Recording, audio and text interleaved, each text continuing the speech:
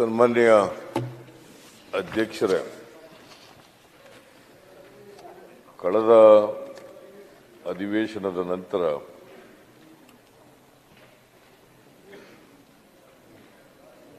ನಮ್ಮ ಈ ವಿಧಾನಸಭೆಯ ಸದಸ್ಯರಾಗಿದ್ದಂಥ ಮಾನ್ಯ ಸದಸ್ಯರು ನಮ್ಮನ್ನು ಅಗಲಿದ್ದಾರೆ. ಅವರ ಗೌರವಾರ್ಥವಾಗಿ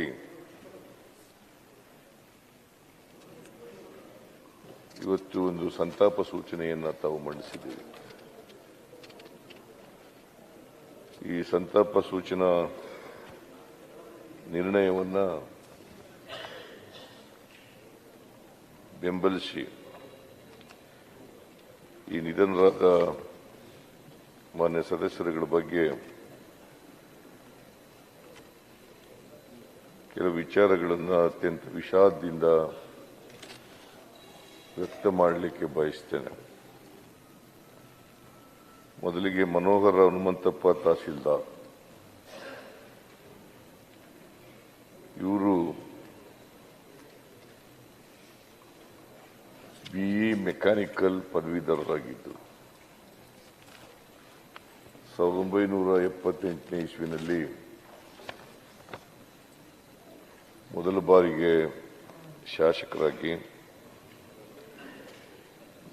ಆಮೇಲೆ 4 ಸಾರಿ ವಿಧಾನಸಭೆಯ ಸದಸ್ಯರಾಗಿ,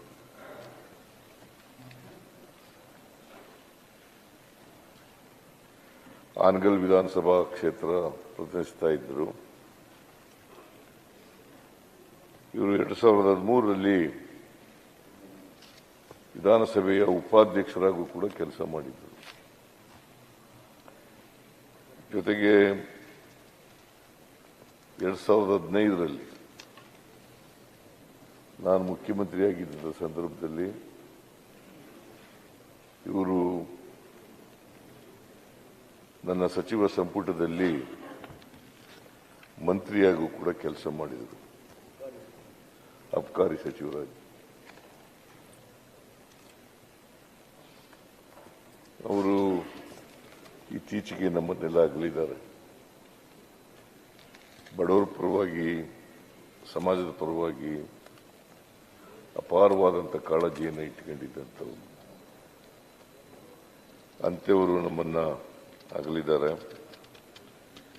ಅವರ ಆತ್ಮಕ್ಕೆ ಚಿರಶಾಂತಿ ದೊರಕಲಿ ಅಂತೇಳಿ ನಾನು ಪ್ರಾರ್ಥನೆಯನ್ನು ಮಾಡ್ತೇನೆ. ಆಮೇಲೆ KH ಶ್ರೀನಿವಾಸ್ ಅವರು, ಇವರು ವೃತ್ತಿಯಲ್ಲಿ ವಕೀಲರಾಗಿದ್ದಂಥವ್ರು, ಮತ್ತೆ ಸಾಹಿತಿ ಕೂಡ. ಅನೇಕ ಪುಸ್ತಕಗಳನ್ನು ರಚನೆ ಮಾಡಿದ್ದಾರೆ.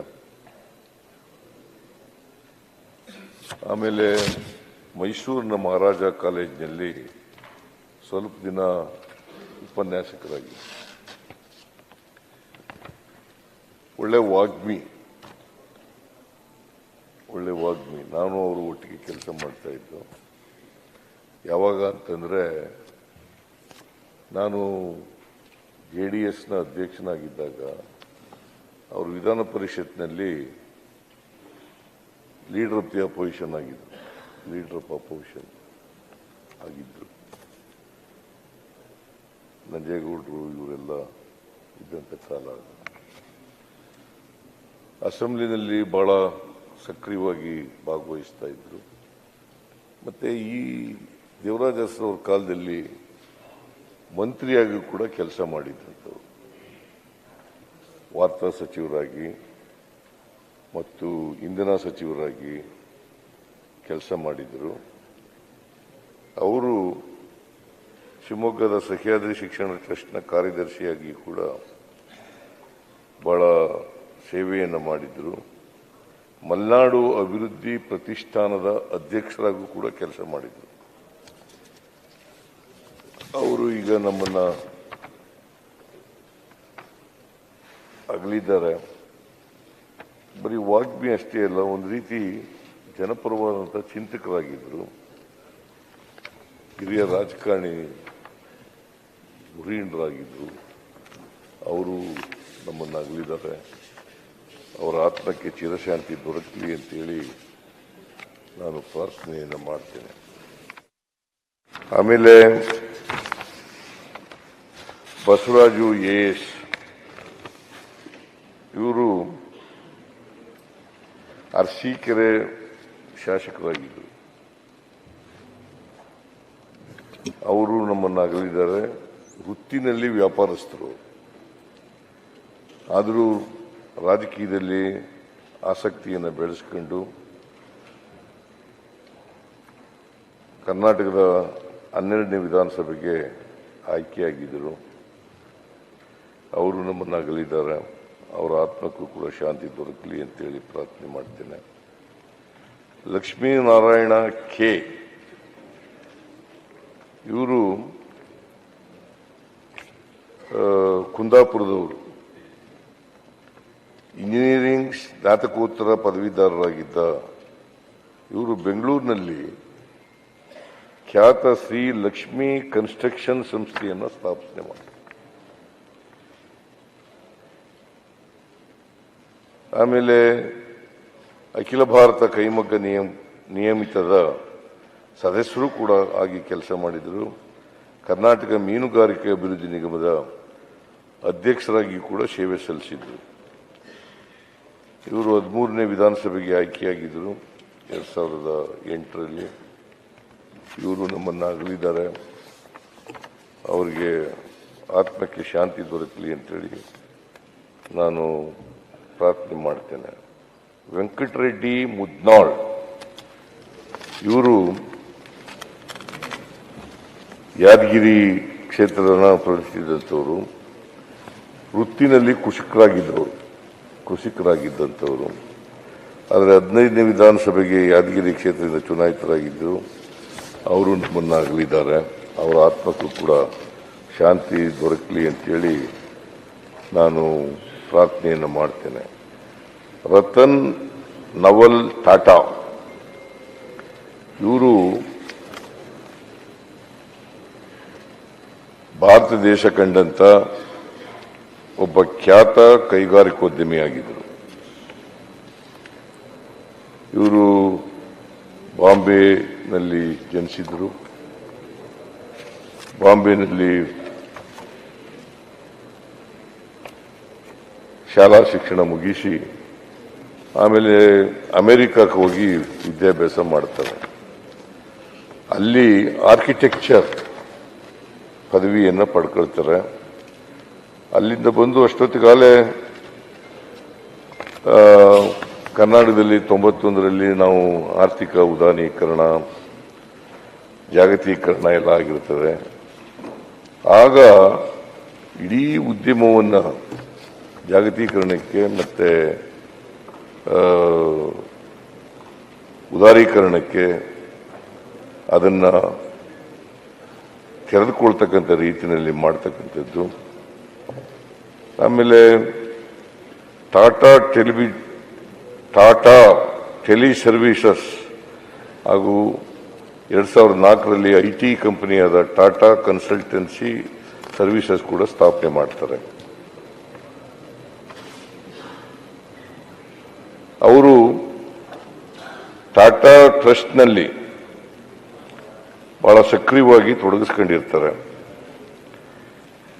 ಸಾಮಾನ್ಯ ಜನರಿಗೂ ಕೂಡ ಅವರು ಕೊಂಡ್ಕೊಳ್ಳಲಿಕ್ಕೆ, ಕಾರ್ನಲ್ಲಿ ಓಡಾಡಲಿಕ್ಕೆ ಅನುಕೂಲ ಆಗಲಿ ಅಂತೇಳಿ ಅವರು ನ್ಯಾನೋ ಕಾರನ್ನು ಸೃಷ್ಟಿಸಿ ಅವರು ಸಾಮಾನ್ಯ ಜನರಿಗೂ ಕೂಡ ಕಾರ್ನಲ್ಲಿ ಓಡಾಡ್ತಕ್ಕಂಥ ವ್ಯವಸ್ಥೆಯನ್ನು ಕಲ್ಪಿಸಿಕೊಟ್ಟಿದ್ದರು. ಅವರಿಗೆ ಪದ್ಮಭೂಷಣ, ಪದ್ಮವಿಭೂಷಣ ಪ್ರಶಸ್ತಿಗಳನ್ನು ಕೊಟ್ಟು ಕೇಂದ್ರ ಸರ್ಕಾರ ಅವರನ್ನು ಗೌರವಿಸಿದೆ. ಬರೀ ಪದ್ಮಭೂಷಣ ವಿಭೂಷಣ ಅಷ್ಟೇ ಅಲ್ಲ, ದೇಶ ವಿದೇಶಗಳಿಂದ ಅನೇಕ ಪ್ರಶಸ್ತಿಗಳು ಸಿಕ್ಕಿದ್ದಾವೆ. ಗೌರವ ಡಾಕ್ಟರೇಟ್ ಪದವಿಗಳು ಸಿಕ್ಕಿದ್ದಾವೆ. ಅಂಥವರು ಅವರು ಬರೀ ಒಬ್ಬ ಖ್ಯಾತ ಉದ್ಯಮಿಯಾಗಿರಲಿಲ್ಲ, ಜೊತೆಗೆ ಮಾನವತಾವಾದಿಯಾಗೂ ಕೂಡ ಇದ್ರು ಅಂತಕ್ಕಂಥದ್ದನ್ನು ಇವತ್ತು ಸ್ಮರಿಸ್ಕೋಬೇಕಾಗ್ತದೆ. ಸೊ ಅವರು ನಿಧನರಾಗಿದ್ದಾರೆ. ಇದರಿಂದ ಉದ್ಯಮ ಕ್ಷೇತ್ರಕ್ಕೆ ಬಹಳ ನಷ್ಟ ಆಗಿದೆ ಅಂತೇಳಿ ನಾನು ಭಾವಿಸ್ಕೊಂಡಿದ್ದೀನಿ. ಸೊ ಒಬ್ಬ ಖ್ಯಾತ ಉದ್ಯಮಿ ಅಂಥವರು ನಾವು ಸ್ಮರಿಸ್ಕೊಳ್ತಕ್ಕಂಥದ್ದು, ಅವರಿಗೆ ಗೌರವ ಸಲ್ಲಿಸ್ತಕ್ಕಂಥ ಕೆಲಸವನ್ನು ಮಾಡಬೇಕಾಗುತ್ತೆ. ಅವರ ಆತ್ಮಕ್ಕೆ ಚಿರಶಾಂತಿ ದೊರಕಲಿ ಅಂತೇಳಿ ನಾನು ಪ್ರಾರ್ಥನೆಯನ್ನು ಮಾಡ್ತೇನೆ. ಆಮೇಲೆ ಸೈಯದ್ ಶಹಾ ಖುಸ್ರೋ ಹುಸೇನಿ ಇವರು ಕಲಬುರಗಿನಲ್ಲಿರ್ತಕ್ಕಂಥ ಐತಿಹಾಸಿಕ ಧಾರ್ಮಿಕ ಕೇಂದ್ರ, ಅಲ್ಲಿ ಖಾಜಾ ಬಂದಾ ನವಾಜ್ ದರ್ಗಾದ ಸೂಫಿಯವರು. ಸಂತ ಸೈಯದ್ ಶಹಾ ಖುಸ್ರೋ ಹುಸೇನಿ ಅವರು ಮತ್ತೆ ಖಾಜಾ ಬಂದಾ ನವಾಜ್ ವಿಶ್ವವಿದ್ಯಾಲಯದ ಸಂಸ್ಥಾಪಕರಾಗಿ ಕುಲಪತಿಯಾಗಿಯೂ ಕೂಡ ಕಾರ್ಯನಿರ್ವಹಿಸಿದರು. ಇವರಿಗೆ 2017ರಲ್ಲಿ ನಮ್ಮ ಸರ್ಕಾರ, ಅವತ್ತು ನಾನು ಮುಖ್ಯಮಂತ್ರಿಯಾಗಿದ್ದ ಸಂದರ್ಭದಲ್ಲಿ ಇವರಿಗೆ ರಾಜ್ಯೋತ್ಸವ ಪ್ರಶಸ್ತಿಯನ್ನು ಕೊಟ್ಟು ಗೌರವಿಸಿರ್ತದೆ. ಅಂತ ಒಬ್ಬ ಸಂತ ಸೂಫಿ ವ್ಯಕ್ತಿ ನಮ್ಮನ್ನು ಅಗಲಿದ್ದಾರೆ.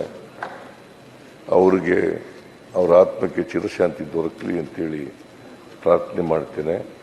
ಇವರೆಲ್ಲರಿಗೂ ಕೂಡ ಅವರ ಕುಟುಂಬ ವರ್ಗದವರು ಅವರಿಗೆ ಸಹಿಸ್ಕೊಳ್ತಕ್ಕಂಥ, ಅವರ ಸಾವಿನ ದುಃಖವನ್ನು ಸಹಿಸ್ಕೊಳ್ತಕ್ಕಂಥ ಶಕ್ತಿ ಕೊಡಲಿ ಅಂತೇಳಿ ದೇವರಲ್ಲಿ ಪ್ರಾರ್ಥನೆ ಮಾಡಿ, ನೀವು ತಂದಿರ್ತಕ್ಕಂಥ ಈ ಸಂತಾಪ ಸೂಚಕ ನಿರ್ಣಯವನ್ನು ಬೆಂಬಲಿಸಿ ನನ್ನ ಮಾತುಗಳನ್ನು ಹೇಳಿದ್ದೇನೆ.